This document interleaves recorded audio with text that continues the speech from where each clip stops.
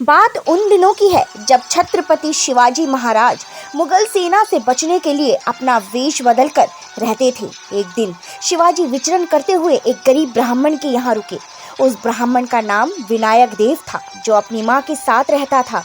वह भिक्षा वृत्ति कर अपना जीवन यापन चलाता था। अत्यधिक गरीब के बावजूद भी उसने शिवाजी की अपनी पूरी शक्ति लगाकर आदर सत्कार किया। एक दिन जब भिक्षा मांगने निकला तो शाम तक उसे बहुत ही कम अन्न प्राप्त हुआ। वह घर आया और भोजन बनाकर शिवाजी और अपनी माँ को भोजन खिला दिया और स्वयं भूखा ही रह गया।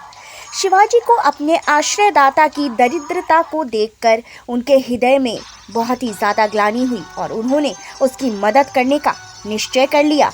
उसी समय शिवाजी ने एक युक्ति सोची और एक पत्र वहां के मुगल सूबेदार को भिजवाया। उस पत्र में उन्होंने लिखा कि शिवाजी इस ब्राह्मण के यहाँ रुके हैं और इस सूचना के बदले इस ब्राह्मण को बदले में 2000 अशरीफियाँ दी जाए।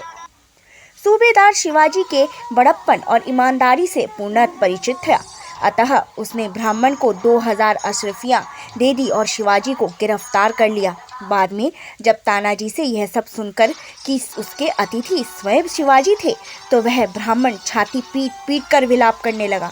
तब तानाजी ने उसे सांत्वना दी और मार्ग में ही सूबेदार से संघर्ष कर शिवाजी को मुक्त करा लिया।